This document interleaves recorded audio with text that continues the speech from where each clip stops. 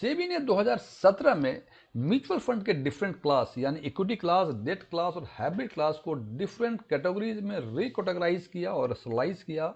और इस हिसाब से सेबी ने इक्विटी क्लास यानी इक्विटी स्कीम्स को फर्दर रिकैटेगराइज किया 11 क्लास में। और वो क्लास थे, वो कैटेगरीज थी focused fund, ELSS fund, dividend yield, flexi cap उस टाइम नहीं थे, ये बाद में ऐड हुआ है, value fund, contra fund, sectoral fund, large and mid cap, multi cap, large cap, mid cap, small cap.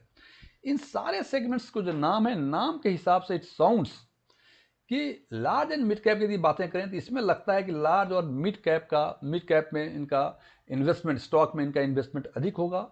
Large cap fund की यदि बातें करें तो हमें लगता है कि इसका major investment large cap stocks में होगा। मिड कैप फंड की यदि बातें करें तो इसमें लगता है कि इसका मेजर इन्वेस्टमेंट मिड कैप में होगा। और यदि स्मॉल कैप की बातें करें तो इसमें लगता है कि मेजर इन्वेस्टमेंट इनका स्मॉल कैप में होगा।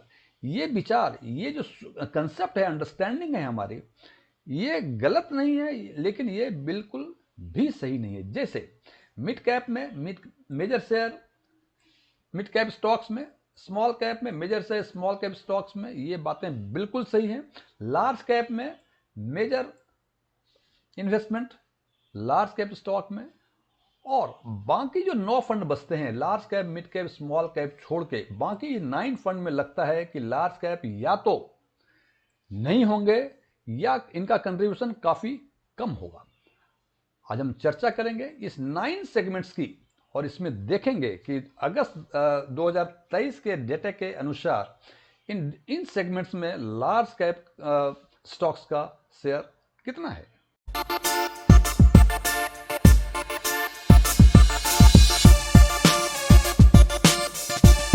यदि मेरा ये वीडियो आपको पसंद आए, इसे लाइक करें, अपने फ्रेंड्स के साथ शेयर करें। कुछ चीज़ें अच्छी लगी हो कमेंट करके बताएं, कुछ चीज़ें अच्छी नहीं लगी हो इसके बारे में ज़रूर बताएं।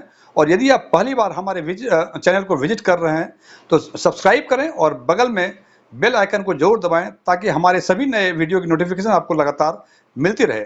एस1 टेक्सविन में आपका एक बार फिर से स्वागत है। मेरा नाम डीएम झा है। सबसे पहले बात करते हैं फोकस्ड फंड की। तो फोकस्ड फंड में देखते हैं लार्ज कैप का शेयर, ये शेयर लार्ज कैप का का शेयर 63.93% है।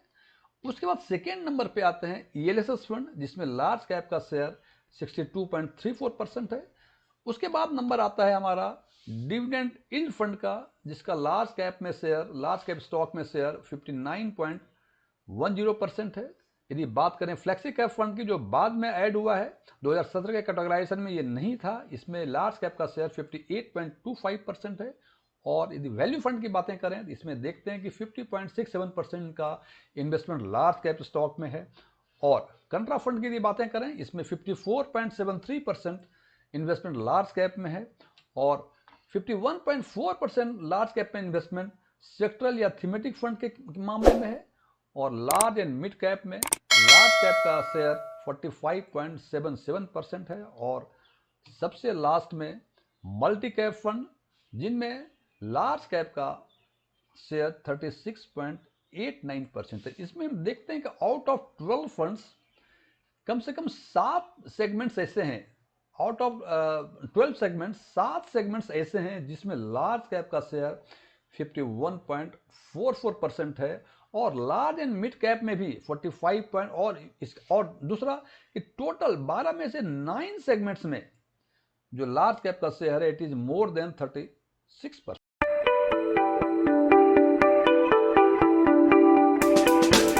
अब हमारे सामने 2 सवाल आते हैं। पहला सवाल कि इन जो 9 सेगमेंट्स हैं म्यूचुअल फंड्स के, इन सेगमेंट्स में फंड मैनेजर को किसी भी स्टॉक में इन्वेस्ट करने की कितनी लिबर्टी है। और दूसरा सवाल कि यदि ये लिबर्टी है तो इन्होंने ये लिबर्टी को लार्ज कैप फंड में इन्वेस्ट करके क्यों एग्जॉस्ट किया वो लिबर्टी को।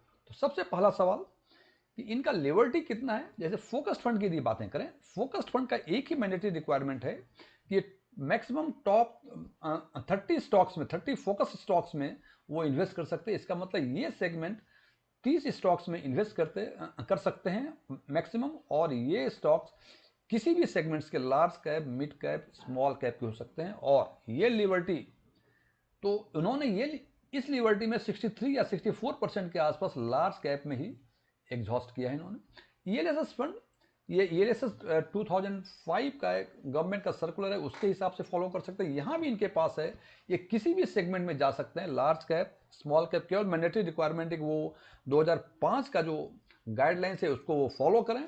यहाँ भी इन्होंने 62% यूज़ किया इन्होंने लार्ज कैप में। डिविडेंड यील्ड, इसमें ये सेगमेंट उस टाइप के स्टॉक्स में इन्वेस्ट करते हैं जो हाई डिविडेंड यील्डिंग स्टॉक्स होते हैं। ये स्मॉल कैप भी होते हैं, लार्ज कैप भी होते हैं, मिड कैप भी होते हैं। फिर भी फंड मैनेजर ने अपना जो लिबर्टी है वो एक्सरसाइज किया लार्ज कैप की तरफ टुवर्ड्स 59.10%।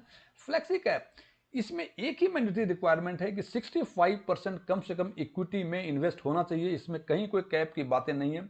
फिर भी फ्लेक्सी कैप के फंड मैनेजर ने 58% लार्ज कैप में इन्वेस्ट किया, मिड कैप स्मॉल कैप में बाकी इन्होंने किया है। वैल्यू फंड और कंट्रा फंड, ये दोनों ही फंड वैल्यू इन्वेस्टमेंट स्ट्रेटजी और कंट्रेरियन इन्वेस्टमेंट स्ट्रेटजी के हिसाब से इन्वेस्ट करते हैं। यहाँ भी इनका कोई बार नहीं है कि किस स्टॉक्स में किस सेगमेंट्स में कितना परसेंट करें, लेकिन यहाँ इन्होंने प्रेफर किया इनके फंड मैनेजर ने कि 55-56% के आसपास ये लार्ज कैप में ही करें। फिर sectoral fund, sectoral thematic, for example technology fund, pharma fund, banking, financial services, ये सारे फंड में भी कोई मैंडेटरी रिक्वायरमेंट नहीं है कि आपको लार्ज कैप में करना है, स्मॉल कैप में करना है या मिड कैप में करना है। ये लिबर्टी है फंड मैनेजर की, लेकिन फंड मैनेजर ने इस सेगमेंट्स में भी प्रीफर किया 51.44% लार्ज कैप में ही करें।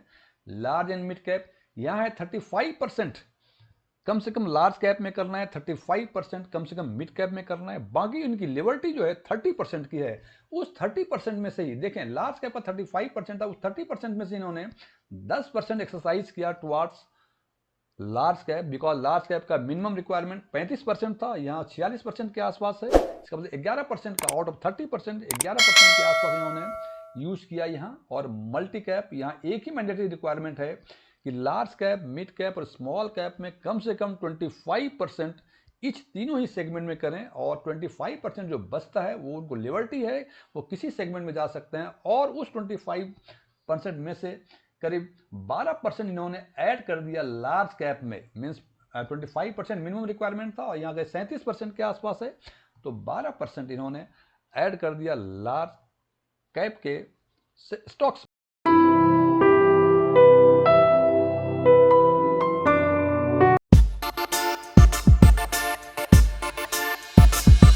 अब दूसरा सवाल कि इस लिबर्टी को इन्होंने लार्ज कैप में ही क्यों एग्जॉस्ट किया, क्यों एक्सरसाइज किया। जनाब, आपका फंड मैनेजर, आपके सेगमेंट का फंड मैनेजर, उसकी कोशिश होती है कि अपने इन्वेस्टर्स को, अपने सब्सक्राइबर्स को वो अधिक से अधिक रिटर्न दे। लेकिन फंड मैनेजर ये भी जानता है कि मार्केट अभी बुलिश फेज में है, और मार्केट जब बुलिश फेज में होता है तो हर फंड मैनेजर, हर प्रूडेंट फंड मैनेजर अवॉइड करना चाहता है रिस्क को, बिकॉज उनको लगता है कि पता नहीं कल मार्केट यदि गिर जाएगा तो इक्विटी स्कीम्स के जो रिटर्न हैं वो भी कम हो जाएंगे। जैसे कल 600-700-800 पॉइंट के आसपास मार्केट गिरा, कुछ न कुछ निश्चित रूप से म्यूचुअल फंड का जो इन्वेस्टमेंट था रिटर्न में कमी आई होगी। ये फंड मैनेजर समझता है, इसलिए वो बुलिश फेज में हमेशा अवॉइड करना चाहता है रिस्क को। और ये बात भी एक प्रूवन फैक्ट है कि बाजार जब स्टेबल नहीं हो या महंगा हो, वैल्यूएशन उसका हाई हो, तो लार्ज कैप में ही हमेशा भरोसा करना चाहिए। और फंड मैनेजर भी लार्ज कैप पर ही भरोसा करते हैं, बिकॉज इस परिस्थिति में जब बाजार महंगा हो या बाजार स्टेबल नहीं हो, इक्विटी मार्केट स्टेबल नहीं हो, तो लार्ज कैप कम रिस्क के साथ बेहतर रिटर्न देते हैं। और इसी कारण से इन 9 सेगमेंट्स में फंड मैनेजर ने लार्ज कैप स्टॉक पर भरोसा दिखाया है। Thank you.